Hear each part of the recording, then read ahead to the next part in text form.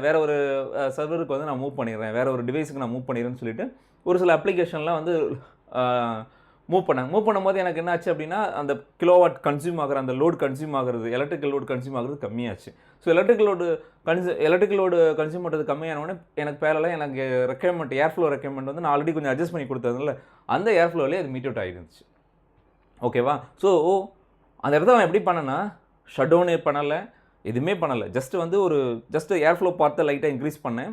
அடுத்தது ID team கூட coordinate பண்ணிட்டு, அவங்கள வந்து கொஞ்சம் அப்ளிகேஷன்லாம் மூவ் பண்ண சொல்லும்போது, அங்க எனக்கு அந்த current drop by the uh uh uh devices வந்து கம்மியாச்சு.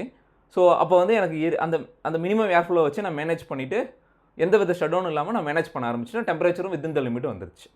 ஸோ, அதுக்கப்புறம் நான் கொஞ்சம் டைம் எடுத்து அந்த டீம் கூட கோஆர்டினேட் பண்ணி, அது ஓவர் 1 வீக் டைம் ஆச்சு. எல்லாம் கோஆர்டினேட் பண்ணி நார்மல் பண்ணிட்டு, திருப்பி அவங்கள ஆஸ் இட் இஸ் என்னென்ன அவங்க வந்து அப்ளிகேஷன் இதில வந்து முன்னாடி ரன் பண்ணியிருந்தாங்களோ, நீங்க இதில கொண்டு வந்துடலாம்.